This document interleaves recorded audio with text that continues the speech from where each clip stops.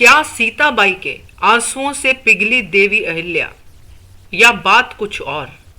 नमस्कार दोस्तों, स्वागत करती हूं आपका आपके अपने चैनल हंग्री स्पिरिट्स में। हंग्री स्पिरिट्स देख रहे सारे दर्शकों का मैं अंजू शर्मा दिल से स्वागत करती हूं। तो दोस्तों, हालात कुछ ऐसे हैं होलकर वाड़े में कि घर का मामला है। घर के अंदर, परिवार के अंदर इतना बड़ा घर का भेदी पाया गया है जिसने पूरे मालवा को सोग में डाल दिया है। अब उस घर के भेदी को सजा जब होगी तो घर के लोगों को और ज्यादा नुकसान होगा और ज्यादा दुख होगा। पहले तो एक दुख हो ही चुका है कि अपने ही गुन्नू जी ने, अपने ही भाई ने दूसरे भाई को मरवा दिया। उसके बाद अब उसको सजा भी देनी है, मगर यहां पे सबसे बड़ी सजा मिलने वाली है सीताबाई को, जिसका कोई कसूर ही नहीं है। तो इसीलिए सीताबाई जब दरबार में आती है उसके बाद हालात जो बदलते हैं वो काफी बातों की तरफ इशारा करते हैं, क्योंकि देवी अहिल्या जिस जोश से गुन्नू जी के लिए सजा की मांग कर रही थी, कड़ी से कड़ी सजा मिलनी चाहिए, जब जो सजा मिल जाती है तब देवी अहिल्या सीताबाई के आने के बाद क्यों बदल जाती हैं, क्यों समय मांगती हैं, इस पे हमने पहले भी चर्चा की है। मगर आज बात पूरी तरह खुल के सामने आई है दोस्तों, तो बात की गहराई तक जाना ही पड़ेगा। करते हैं बात। पहले वही निवेदन, जिन्होंने अभी तक चैनल को सब्सक्राइब नहीं किया है कृपया कर लीजिए। साथ में दोस्तों बेल आइकन जरूर दबाइएगा ताकि आपको हमारे वीडियोस के नोटिफिकेशन मिलते रहे। जिन लोगों ने देवी अहिल्या की यात्रा देखी है, जर्नी देखी है इसी सीरियल के जरिए, वो एक बात तो जरूर समझ गए होंगे कि देवी अहिल्या कभी भी किसी एक के लिए बात नहीं करती है। जब भी उन्होंने कोई सीख दी है, जब भी उन्होंने कुछ करके दिखाया है, वो सबके लिए करके दिखाया है। वो आज की सच्चाई नहीं बल्कि हमेशा की सच्चाई बनता है।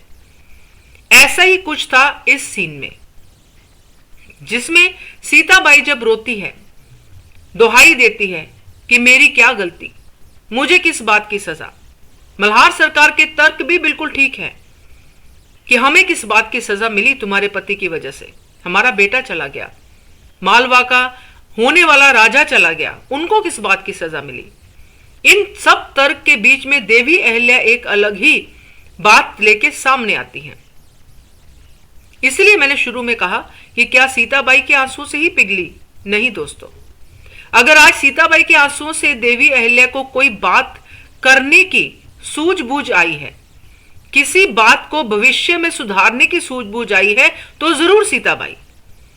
मगर सीताबाई के आंसुओं के जरिए वो और कई महिलाओं के आंसुओं को पहुंचना चाहती हैं जो आने वाले समय में हो सकते हैं, क्योंकि ये युद्ध, जैसे कि हम पहले भी बात कर चुके हैं, युद्ध सिर्फ विनाश ही करता है, और उनका विनाश ज्यादा होता है जो घर के अंदर होते हैं, जो परिवार के सदस्य होते हैं।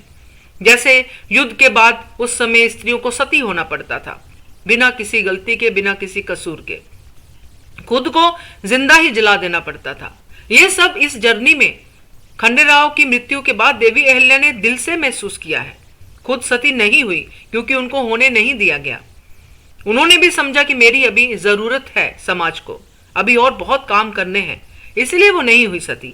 मगर अब जब सीताबाई सती होंगी देवी अहिल्या के बाद, अब उनके सामने गुन्नू जी उनके पति खड़े हैं, पूरे दरबार में खड़े हैं। अगर सीताबाई सती होती हैं तो गुन्नू जी को सजा जो होती है वही कारण होगी सीताबाई के सती होने का। और जिंदा जलना क्या होता है वो देवी अहिल्या समझ सकती हैं, क्योंकि उनकी छोटी बहन के जैसे पार्वती को ऐसे ही सती होना पड़ा, चाहे उनकी मर्जी भी थी फिर भी। तो दोस्तों, ये पूरा का पूरा देवी अहिल्या के दिमाग में उस समय चला होगा, क्योंकि वो बिना सोचे समझे कोई भी जो है डिसीजन बदलवाती नहीं है। सजा गुन्नू जी को मिल चुकी है, हाथी के पांव तले कुचला जाना, मगर फिर भी उन्होंने कहा समय चाहिए, बात करनी है। और फिर जब बात की तब बात में से ये निकला कि हम कहीं इस जल्दबाजी में तो नहीं है कि हमें सजा देनी है, हमें सोचना चाहिए।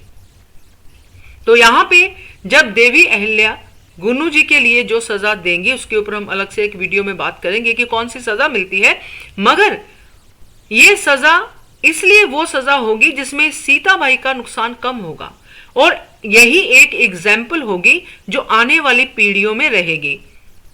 क्योंकि हमेशा देवी अहिल्या ने, जो हम बात करते हैं कि खुद करके दिखाओ फिर दूसरों को प्रीच करो, उन्होंने पहले खुद करके दिखाया है हर एक चीज को, बचपन से लेके अभी तक वो खुद पहले एक एग्जाम्पल बनी है, फिर उन्होंने दूसरों को कहा है कि हाँ ये हो सकता है, आप करके तो देखिए, मैंने किया है, ये दुख भी मैंने झेला है। पति से जब आप अलग होते हो, सारे रंग जिंदगी के चले जाते हैं और सिर्फ आप अपनी प्रजा के लिए रह जाते हो, बच्चों के लिए रह जाते हो, तो वो मैंने महसूस किया है। अगर आगे भी मेरे जैसे औरतें पतियों की गलती की वजह से, जबकि मेरे पति को तो कोई ऐसी गलती की बात ही नहीं थी, वो तो धोखे से मारे गए, मगर अगर जैसे गुन्नू जी जैसे पति हैं, उनकी वजह से कि स्त्री की जिंदगी से रंग चले जाएंगे, तो उसकी गलती क्या। तो यहाँ पे दोस्तों ये सारे तर्क जो हुए हैं, इस कड़ी में जो बातें हुई हैं, वो सब देवी अहिल्या ने समझी हैं, उन्होंने की हैं।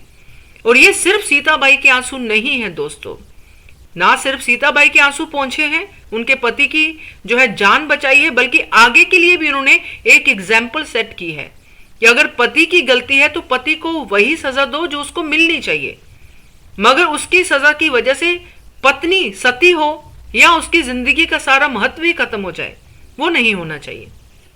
बाकी उस औरत की या जो भी पत्नी है, आगे जो भी होने वाला है, उसकी अपनी जिंदगी है। कुछ इस तरह की बातें देवी अहिल्या हमेशा हमें समझाती आई हैं। इसलिए अगर आपको कहीं भी ये लगा हो कि सिर्फ सीताबाई के आंसुओं की वजह से, अपनी जो ननद है उनको बचाने की वजह से देवी अहिल्या ने ये डिसीजन लिया है, तो ये गलत होगा। उन्होंने आने वाली हर महिला के लिए ये डिसीजन लिया है कि जो सजा है पति को होनी चाहिए, पत्नी को उसकी सजा नहीं मिलनी चाहिए। हाँ, जितनी हल्का दुख, जो भी दुख होगा वो उनको होगा, मगर पति तो मृत्यु, अगर हम दंड देते हैं, वो तो मृत्यु दंड के बाद जहां भी होगा वहां होगा, या मतलब उसके साथ पत्नी नहीं होगी, तो पत्नी को किस बात की सजा। तो इस तरह की चीजें जो है देवी अहिल्या अभी तक करती आई हैं दोस्तों, इसलिए उन्होंने ये वाली सजा जो है इसके बीच में रुकावट डाली और फिर मल्हार सरकार को मजबूर कर दिया दूसरी सजा देने के लिए। अगले वीडियो में बात करेंगे कि क्या सजा मिली है गुन्नू जी को। Till then keep watching Hungry Spirits channel. Thank you so much. Subscribe to our channel by clicking the subscribe button. Click the bell button and enjoy the latest uploads from our channel.